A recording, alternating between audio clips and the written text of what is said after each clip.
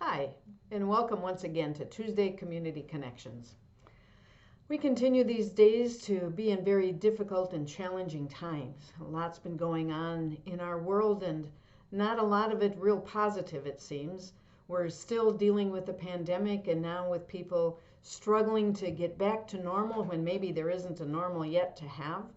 People worried about if I go out, could I catch this thing or could I pass it on to somebody? While others are assuming that everything is fine and they're tired of being cooped up and they're going to go out anyway and do whatever they want to. And so kind of the struggle in those times and wondering how long will this last.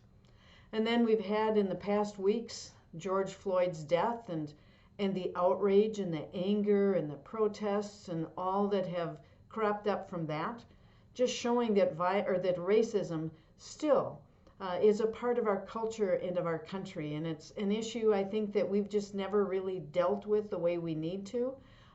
That we see sometimes that it's there, but we're not quite ready to sit down and talk with one another about it or to figure out exactly what is it that we need. I wonder if we need to listen to one another better. But in the meantime, we've got protests going on. And protests are good. Protests are what democracy is all about. Protest is saying there's something wrong. I don't like what's happening. Listen to me. Let's have a conversation. Now, protest and violence are two very different things, and they do not belong together. There is absolutely no room for violence. It's never okay to be violent. But it is okay to raise your voice, to raise your concerns, and to say, I don't think this is right. Or things aren't going the way they ought to. We're not doing what we said we're going to do. We're not behaving the way we ought to behave. This just doesn't fit with who we are or with our values or with our morals. And so I want to encourage us during these days, during the protests that are going on and with all of the concerns and the issues that George Floyd's death brought up, to encourage us not to pick a side and decide who's right and who's wrong, but to take some time to listen. What is it that people are saying? What is it that the people protesting want? What is it that is hurting them? What is it that's making them decide they need to protest? Where are needs not being met, or where are they treated differently, or where are they left out? What is it that we need to listen to? And sometimes when you're in the majority or when you're in control or when you're not the one that's being oppressed, it's a little bit difficult to understand or to hear what it is that's going on and to really understand why the protests are happening or why the people aren't happy with what is happening. I remember it was a number of years ago, I was on the Board of Regents at Concordia. And a woman joined the board who was also a student at Concordia when I was. And so I was talking with her, getting to know where she'd been and what she was doing again. She was a black woman who lived in Chicago. And in the midst of our conversation, I asked about her family. And she said, well, I have a son, and he's now in Iraq. And this was during the middle of the worst part of the Iraq war. And my immediate response to her was, oh, I'm so sorry. And she, not in anger, not even in frustration, just in pure logic said to me, oh no, I'm so happy he's there. He's much safer. I was stunned. If it was my child, if it was your child, what would you think of this child being in Iraq in the middle of a war? I would be panicked. But for her, the way life was, with the black son in Chicago, she felt he was much safer in Iraq. And it just tore my heart. I think we need to be open to hearing from people who are protesting, to look at ourselves and say, how can we move forward together? How can we hear and understand what it's like for people who are protesting? As Christians, we need to remember that God did create all of us. We're not all the same. And it's a gift not to be the same. God created us to be who we are. And racism is when we pick the color of one's skin as a reason to say those people are less than me, or I can treat them differently because their skin is a different color. And so they're not worth as much as I am, or they're not worth as much as the rest of us. God is the God of creation. And as God created, God continued to say, and it was good. God took care in creating you and me and made us who we meant to be. Everything from how we look, the color of our skin, the color of our eyes, that was God's creation. And we need to respect that. Arguments for racism and treating people differently usually are, well, they always do that kind of thing, or they always say, or they always react this way. And when we're doing that, then we clump people into stereotypes again and make everybody the same and say, because you have, for example, black skin, this is what you do. Or because you are female, this is what you do. I mean, maybe it would help us to understand if we look at some of the other isms that are out there as well. Ageism. Maybe some of you have experienced ageism.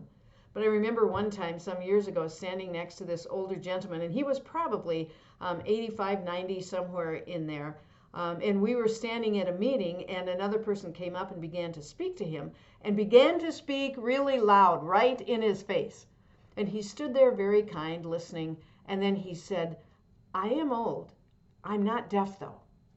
But how often is it we just clump things together and assume, here's an old person, they can't hear?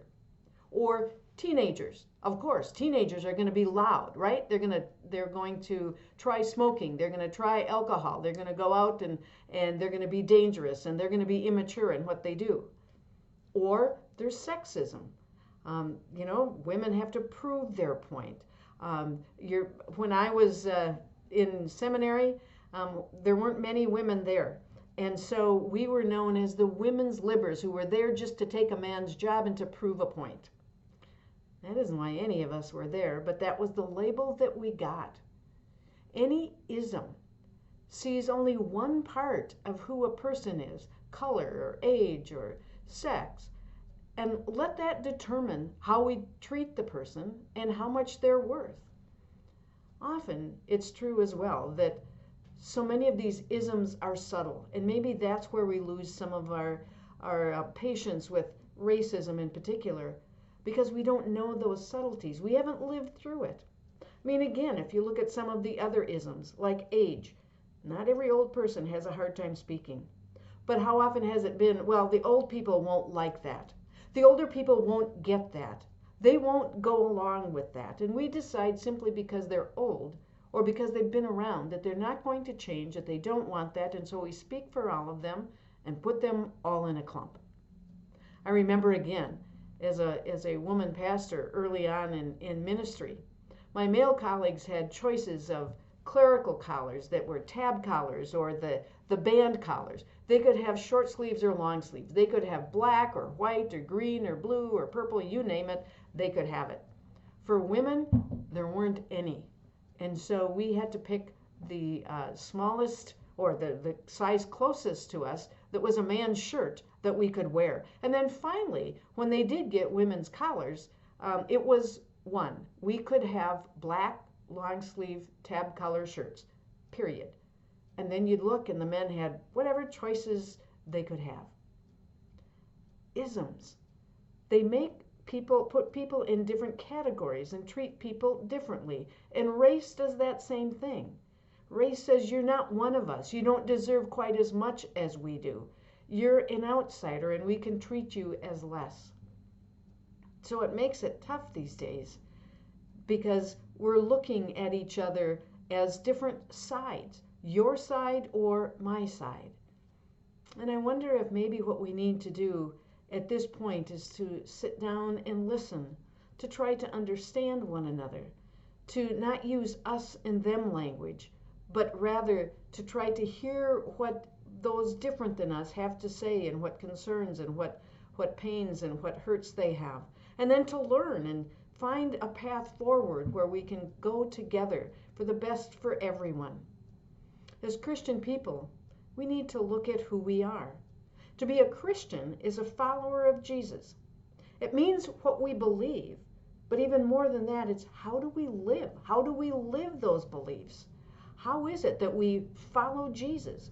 What did Jesus do? How did Jesus treat people? Who did Jesus exclude? Where do you see Jesus treating people differently because of how old or young they were, or what color they were, or what nationality they were? Again, I come back to, as Christians, we're to let our light shine so that in an age and a time when we feel free to treat people differently based on one thing, their color in racism, their age, or whatever it might be, that we say as Christians, we are all children of God. We are going to treat people as lovable people. And that doesn't mean that all people are good or do good things. All people are created good, but we all have those sinful parts in us. But we're not all bad, and we're not all good. We're human. Whether we're white or black, whether we're old or young, whether we're male or female. We need to look at who God created us to be, the person that we are, and to see beyond a label that we would like to throw on people that makes us part of those isms, whether it be racism or sexism or ageism, whatever it might be. We need to sit back and look and see, where's the value of each person? We don't have room in this country or in our communities for racism. That only drives us apart. It puts a wedge between us, and it calls for sides, and often it does incite violence. But we're all children of God. We're all loved by God. We are made to be who we are. God loves us just as we are. And so as we hear and as we see all of the conversation about racism, I encourage us to look at ourselves and to ask ourselves, how is it that I see people? What is it that I can do to reach out and try to understand those that I don't right now understand? How is it that we can work together to be one the way God created us to be here as the body of Christ? These are painful times. My prayer is that we can learn, that we can listen, and that we can grow, and that indeed we can become one the way God created us to be. God bless you this day.